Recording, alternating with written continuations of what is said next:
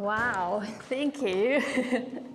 So good to see many faces and even more eyes.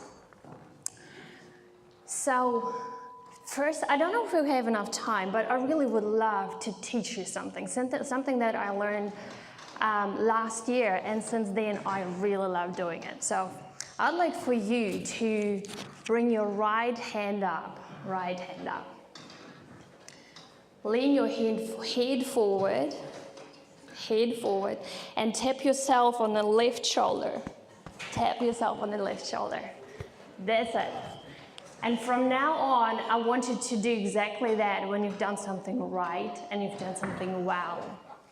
Okay? I want you to start tapping yourself on the shoulder, because we are so good at telling ourselves what we haven't done well. Yeah, we are so good at putting ourselves down.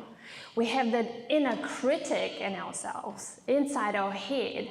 Maybe you can recognize this voice that's telling us, man, you suck. You will never be good at math. You will never be good at science. Or maybe that inner voice that's telling you, I'm ugly. I'm fat. I will never be popular. I will never have a boyfriend. You will never have a girlfriend. Sometimes we have that voice. Can anyone recognize this voice? Can you raise your hand? Come on, be brave. I know you have it. And I want you to look around. Look around who has got their fingers up, hands up. Thank you. You know, we all believe that we are the only ones who have this voice, but you see, that voice is not unique. Those thoughts that you have, they're not unique to you. We all have it. It's normal. I want to tell you that you are normal. It's this voice, that inner critic, it's your consciousness.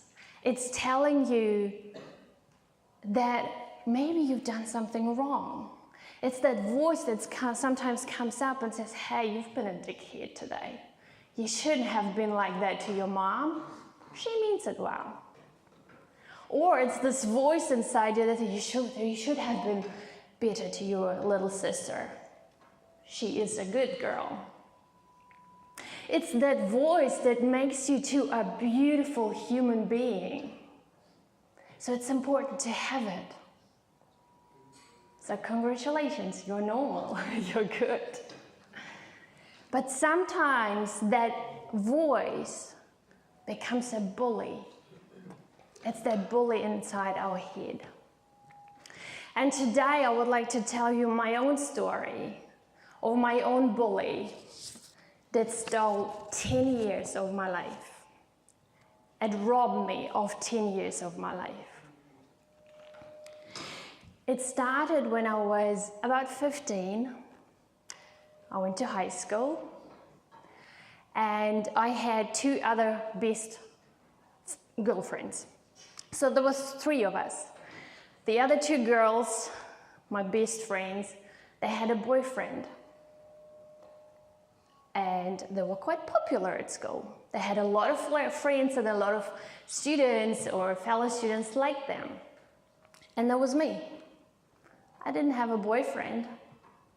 Is it okay not to have a boyfriend with 15? Yeah, that's what I'm thinking too. But back then I didn't know it. You know, everyone else had, that's what I thought, and I didn't. And I also didn't have any friends other than the 2 girlfriends. I wasn't that popular girl. So I thought something is wrong with me. And there was one day, we had PE, you know, and I was just there. I was changing my clothes, getting into my shorts, until one girl came over. Oh my God, you lost weight. You have a thigh gap. And I was just shocked. So what? What are you talking about? Do you know what a thigh gap is? Has anyone heard it before? Yeah, the girls know it. A lot of guys probably go, what? What are you talking about? So a thigh gap used to be a thing. It used to mean if your thighs don't touch each other, that means you're beautiful. Bullshit. absolute bullshit, but that was a thing, right? And so this girl came to me and asked this question, said, oh my God, you lost weight. Everyone else came around, hovered around, and started listening to me. And I was just shocked. And this is when the bully came out. This is when the bully said, now you're one of them. They like you. And they like you. Or the only thing that you need to do is to just get thin. You just need to change how you are. You need to change your body, and then you will be loved. And this is how it started. And this is when I decided I'm going to be thin. And I will do everything I need and everything I can. So I did. I was starving myself. I would go to school. I was hungry. I was tired. I was constantly just falling asleep. Maybe it's familiar to you. Because I was tired. I was exhausted. My body was in a survival mode. I was constantly cold because my body just switched off. And said, you're just going to survive, so we'll bring your body temperature down. I was starving myself, that's all it was. And the thinner I got, the more interest I got. So they wanted to know more. They wanted to know the details. How exactly are you doing this? I was happy. I truly was. But it was the worst thing that could have happened to me. Because that was when I learned to seek approval from other people. This is when I learned to seek wrong interest from other people. It was wrong because they were not interested in my heart. They were not interested how kind or caring I was. They weren't even interested how good I was in math. They were interested in my thigh gap. They were interested in how thin I'm getting. This is just wrong. And this is when the bully started getting louder and louder in my head. And it said, you're not good enough the way you are. You only will be loved and accepted and have friends if you will become thin. So I developed this belief that I was not good enough, that I needed to change. I developed an eating disorder. And this eating disorder robbed me of 10 years of my life. It was a battle. It was a battle between my head and my body. I was hiding. I was ashamed of who I was. I felt unworthy the way I was. I always wanted to be just like everyone else. I wanted to be liked, and I wanted to be popular. I wanted to be like everyone else. I always wanted to be somebody else apart from myself. Guys, I don't want that for you. So please, don't ever, ever allow anyone to tell you that you are not good enough. Please don't ever, ever allow anyone to tell you that your body, the way you look, your hair color, your skin color, your background is not good enough, or that you need to change, or that you need to adapt to what you think other people want from you. I truly believe that the beauty is that we're so different. I mean, look at you, you're all so different, and this is the beauty. If everyone, seriously, if everyone looked exactly like I do, after probably 15 minutes of looking around, you probably will think, Jesus, just give me a break. I want to see something else, right? Because it would get boring. So it's important. We have a stigma in this country, in this world,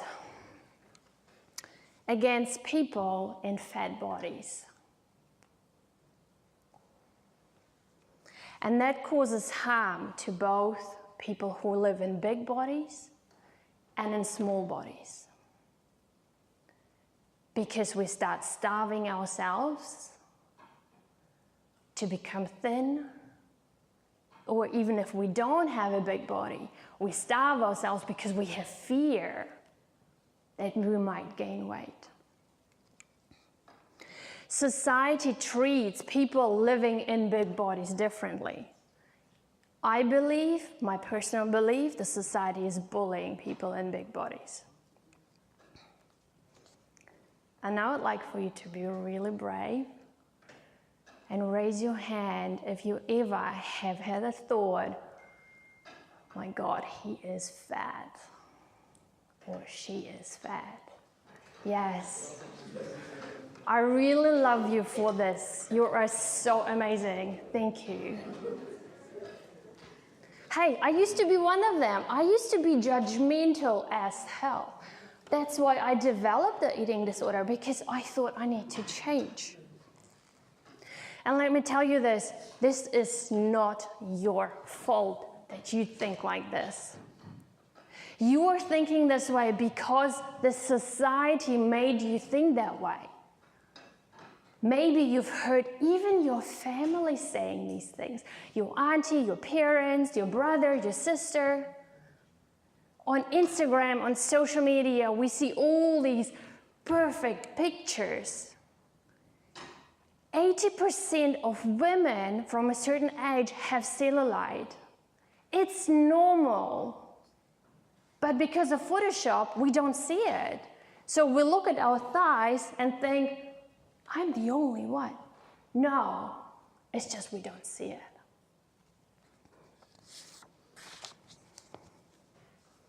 Fear of being fat is real because it doesn't fit into society's standards. Girls or boys, now 5 years old, come home to their parents and say, Mommy, Mommy, I got told I'm fat. A 5-year-old child doesn't come out with these thoughts on their own. They've heard it somewhere else. So from very early on, these children start restricting foods, stop eating certain foods, they start over-exercising. They start building these really bad behaviors. This is how eating disorders start developing. It's a slippery slope, and it starts very innocently. But people die from eating disorders. The mortality rate is quite high. So I want to plead you, and I want really to thank you, everyone who raised the hand. I want to plead you to please stop bullying people in big bodies, because the society is already doing that. Let's not contribute to what the society is doing. Let's stop judging and be kind to each other. Because I know in your heart, you know it's better. It's the mind, because you've been, I'm just going to call it brainwashed. We all are. Because that's what we do, that's what we see on a daily basis. TV, social media, magazines. And I want to say to everyone that I know that you have days where you don't feel good. You look in the mirror. It doesn't matter what shape or size or body you have. I know sometimes you look in the mirror, even our teachers, when you look in the mirror and think, I don't like this. I don't like how I look. 99% of people don't like their body or how they look at some point in their life. So it's normal. But let me tell you this. Your body, the way you look, your background, your hair color, your skin color, they don't define your worth, and they don't define your value. Only you do. You determine, you decide who you become and your worth, and nobody else. You know, as human beings, we have two fears. One is not being good enough. So, smart enough, beautiful enough, successful enough, pretty enough, whatever it is for you. And the second fear is, therefore, not to be loved. So not being good enough and not being loved. That's the two main fears that we have. So, the nature knows what it's doing. So when a baby is born, a mom, the body in the mom produces a hormone so that the mom loves the baby no matter what it looks like. You know, so maybe you know it, where you see a mom, the baby was just born, and she just goes, "Oh my God, you're the cutest thing I've ever seen. So cute and just perfect and beautiful." I don't know about you, but I know where I was standing beside the baby, I thought, because it was just born, I find in the first 3 weeks when a baby's born, sometimes they look scary. A little bit like an alien. Little cute alien, but a little bit scary. But for the mom, it's the best thing ever. It's the most beautiful baby in the world. That's because of the hormone. So now this baby, what is it doing? It's shitting its pants, it's slobbering out the mouth, it sleeps and it eats. That's all. And it's fully loved, unconditionally. Now you try this.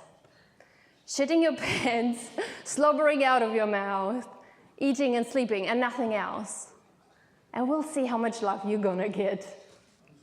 It doesn't work at some point, right? So at some point, we learn, mom then tells you, go and clean up your room. So you clean up your room, and she says, "Oh, that's good, Joshi." And then she turns around because she's just busy, she's doing her thing. And you just go, "What? But where's my love?" So then you try something else. You go and then start jumping, and "Mommy, look how high I can jump." And mom just goes, "Oh, that's good, Joshi." And then she goes and cleans her dishes. So that didn't quite work. And then you start climbing on trees very high. "Mom, look how high I can climb." And she's busy. She has to do work. Maybe there are other siblings. So she's like, "That's good." And then she turns around. And you know, okay, that didn't work. So you try something different. You go over to your sister and just go, give her a little kick. Or you go to your little brother and just punch him a little bit. And the mom comes over, "What are you doing? Go in your room." And now you say, "Ooh, this is how I get attention." We learn how to get attention. Remember, I learned how to get attention. It doesn't mean it's always good attention. Sometimes it's bad, but we learn to get that because we want to be loved. And sometimes we confuse love with attention. So we grow up, we do the same. We start bullying other people. We start rebelling. We start being noisy and loud and just misbehave, so we get attention, we get heard, we get seen. And back then, like today, was the same. That's why for me, I did this extreme thing. So I was starving myself and getting thinner and thinner, and this is how I got attention from other people. So today, we have social media, Instagram, Facebook.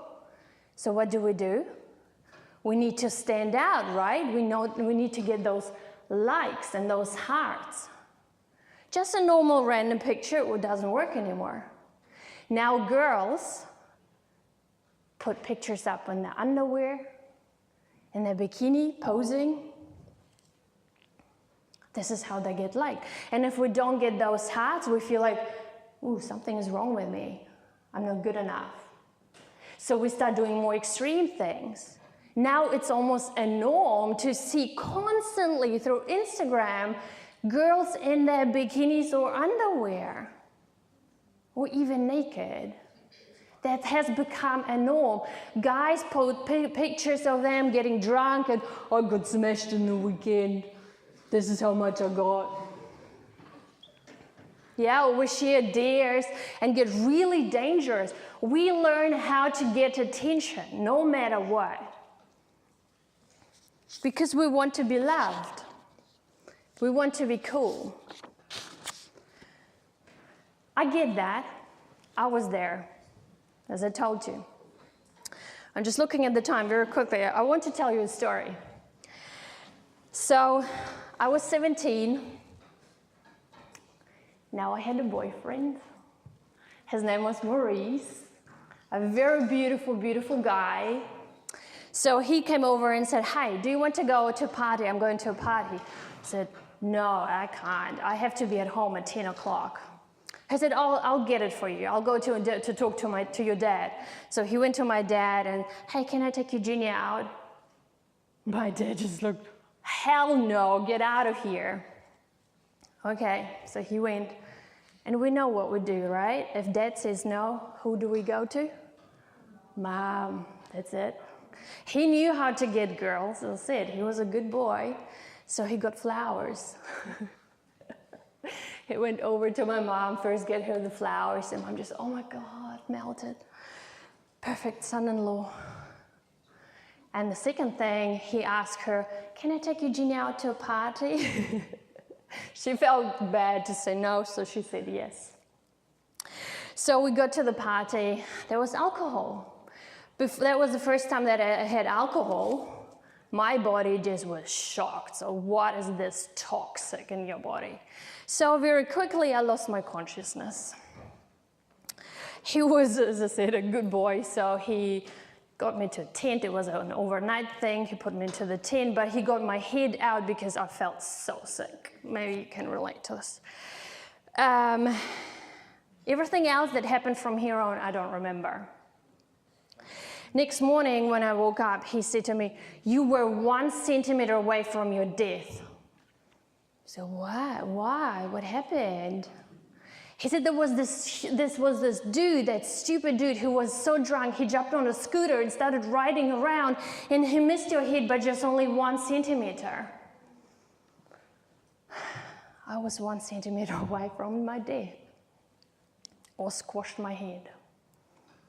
That was a wake-up call for me. That was the last time that I drank, that I lost my consciousness. Pretty quickly, I stopped drinking alcohol in general because I just feel like it's toxins for my body. It doesn't make me feel good. But that was kind of what happened there. So you see, what we start doing is we start molding and adapting and doing what other people are doing because we want to be like everyone else. We start being this morphed human being. There is a part of us that is like what our parents want from us. There's another part of us that what our teachers tell us how we're supposed to be.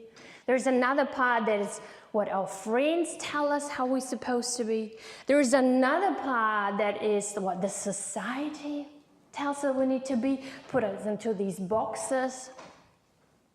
And if we are lucky, there's this one little part of us that's actually us.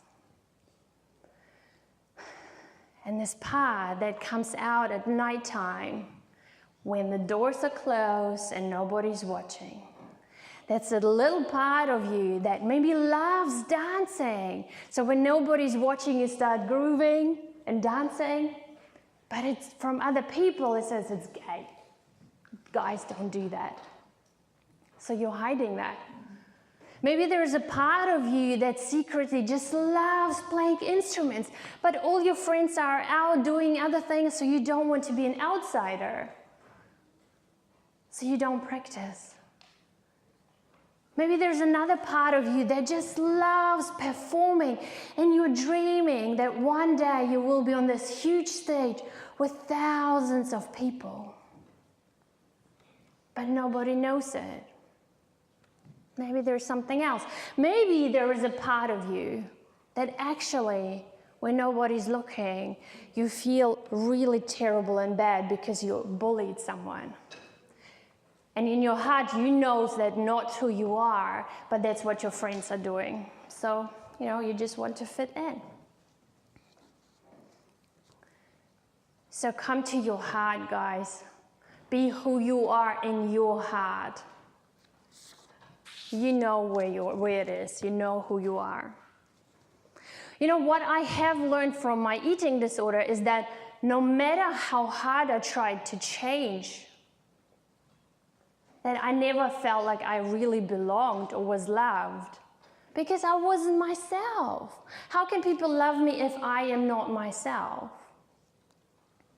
And I only found myself when I promised myself that from here on, no more, I'm going to be what other people are telling me to be. I'm going to be myself. I'm going to say what I mean, and I will mean what I say. And if someone doesn't like me, there's the door. Go with God. You know how to get there. So only then I started meeting people. I went out. I became a dancer. I was dancing. I was performing. I was competing. I went into yoga, started doing yoga. And because, I was better than I thought. So people gave me compliments. They liked what they saw. And this is how I got real confident and in myself and felt stronger in who I was. And I met people who really loved me for who I am in my heart. A little bit awkward, a little bit funny, a little bit shy, a little bit outspoken, right in your face at times. All of it. But this is how I felt, like now I have friends. So I would like to encourage you to spend more time with people who love you, who make you feel good about yourself, and not those who put you down and make you feel like you have to change. I believe that beauty is an expression of love. So when we share love, real love, we receive love back, and this is how we feel loved. Be yourself. Everyone is already taken. I really, really love this quote. So since making the decision to be myself, to making the decision to get out there, I quit my job. I'm not telling you to quit any jobs or quit your school, but that was my journey. And then I started doing what I love. I'm here in front of you. I'm telling you my story. And I hope that maybe one of you, my story will inspire just one of you. Then I've done my job well. To inspire you to do what is important for you, to love you the way you are. So I'm now helping other women, girls, boys and men experience the same thing with eating disorders, disordered eating, those who have issues with their body, with food. That's my passion, that's my dream. So everything that has happened in my life, it happened for me, and that's why I'm telling you my stories. And that's why the way you are today, the way you look, your stories, everything that's happening is happening for you. One day, it will be your story. So embrace it. Go with it. And trust yourself, trust your heart. I want to leave you with this one message. I want you to share your unique gifts with the world. Because the world needs exactly what you have, because nobody else does. And sometimes we hit those walls, the walls of I'm not good enough wall, I'm not pretty enough wall, I'm not smart enough wall, I have a poor background wall. I know that we hit those walls. But no matter how many times you hit this wall and how many times you fall, that doesn't count. What counts is how many times you get up. How many times you keep going and starting and starting. There is no failure. We only fail when we stop trying. So please, Share your unique gifts. It needs you exactly the way you are. Because otherwise, if you're spending so much time worrying about what other people might be thinking, what your parents might be thinking, it's important to listen to your parents, okay?